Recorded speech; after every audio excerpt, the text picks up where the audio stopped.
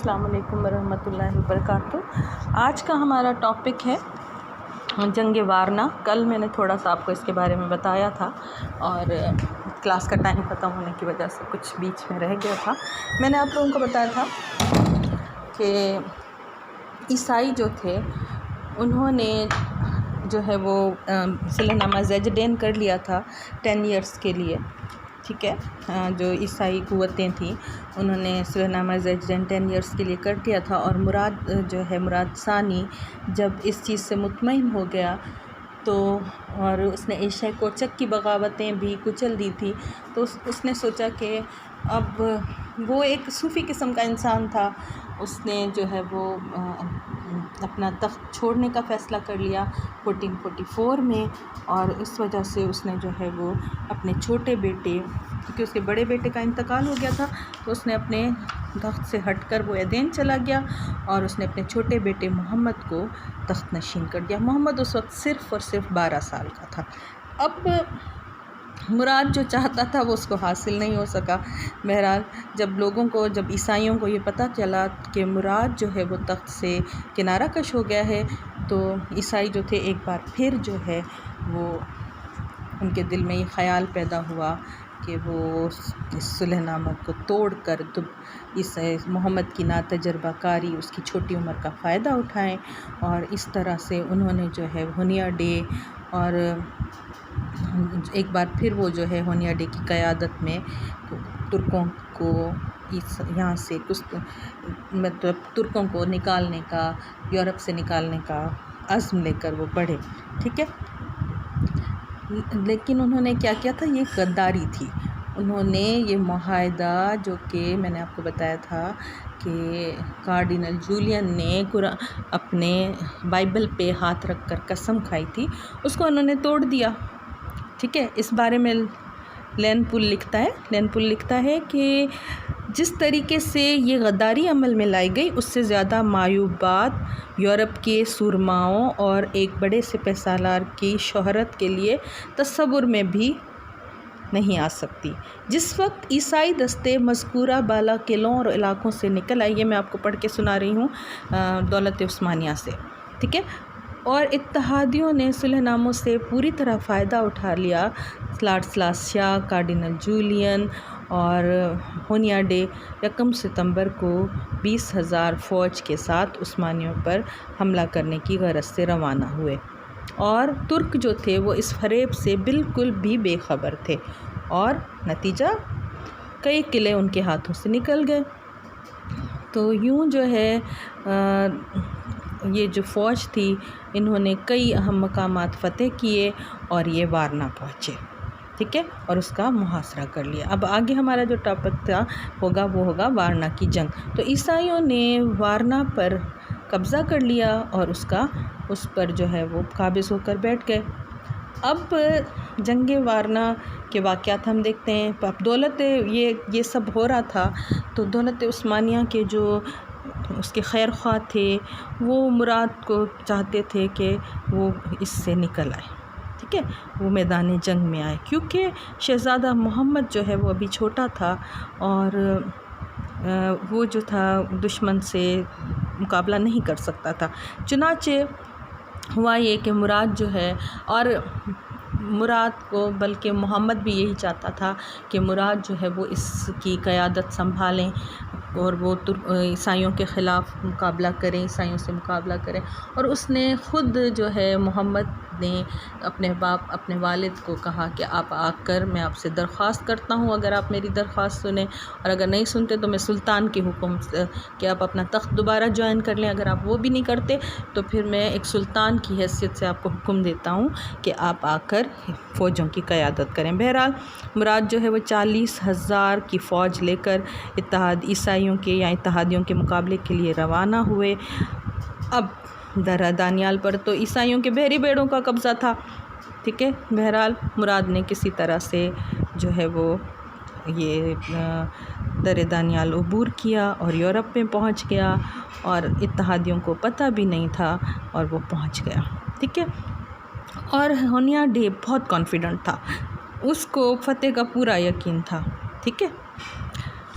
مجلس سے جنگ کی جو مجلس تھی، مجلس حربی جس کو کہتے ہیں، حرب کا مطلب ہوتا ہے جنگ، ٹھیک ہے، وہ جو تھی وہ انہوں نے ہونیا ڈے کو یہ مشورہ دیا کہ حملے کا انتظار کریں، ٹھیک ہے، لیکن ہونیا ڈے جو تھا وہ اوور کانفیڈنٹ ہو گیا، ٹھیک ہے، اور وہ جو تو خود ہی جو ہے وہ پوری فوج کو لے کر چل کھڑا ہوا، اور 10 نومبر 1444 کو عیسائیوں کی اور مراد کی فوجیں جو ہیں ایک دوسرے کے مقابلے میں آئیں، ٹھیک ہے، اور بہرحال اس جنگ کا نتیجہ یہ نکلا کہ اس جنگ میں عیسائیوں کو شکست ہوئی، اور اس میں جو ہے اتحادیوں کا جو ہے وہ 2/3 قتل ہو گیا، اور قتل ہونے میں مر جانے والوں میں لارڈسلاس شاہ کے علاوہ 2-3 بشپ شامل تھے، کارڈینل جولین اس میں شامل تھا، اور اس کے علاوہ جو ہے ہنگری جو ہے وہ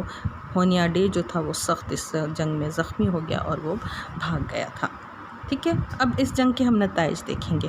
جنگ وارنا کے بعد ہنگری پر تو ترکوں کا قبضہ نہیں ہوا، لیکن سرویا اور بوسنیا جو تھیں اب مکمل طور پر فتح کر لی گئیں، اور یوں جو ہے یہ عیسائی ان کا جو ہے کہتے ہیں بوسنیا کا شاہی خاندان مٹ گیا، اور وہاں کے بہت سے ممتاز امراء جو تھے وہ اسلام لائے۔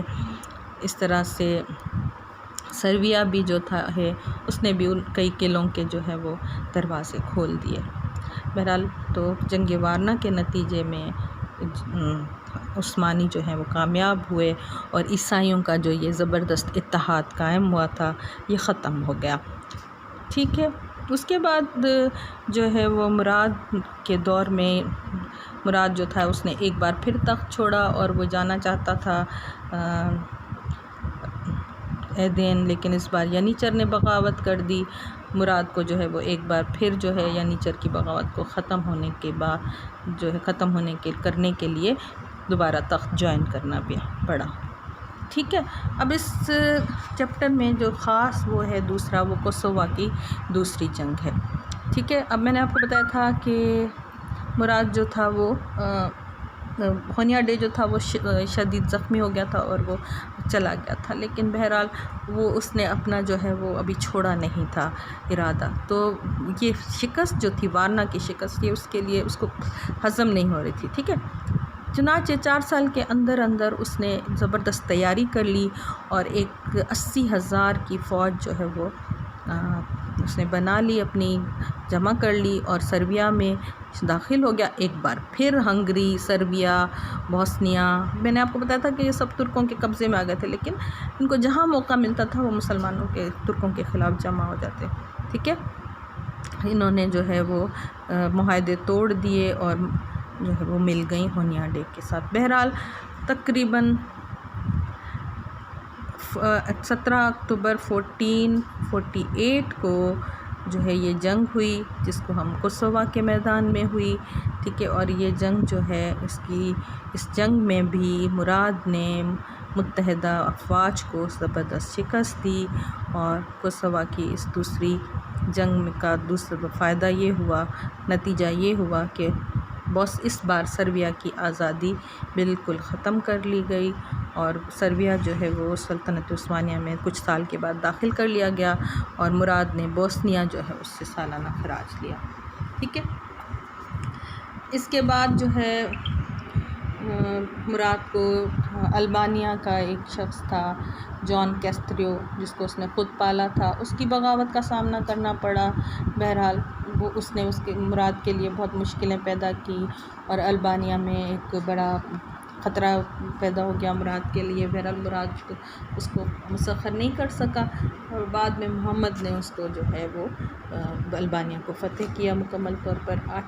9 فروری 1451 کو مراد نے ادرنا میں جو ہے وہ وفات پائی، اور اس کی جو تدفین ہوئی وہ بروسا میں ہوئی۔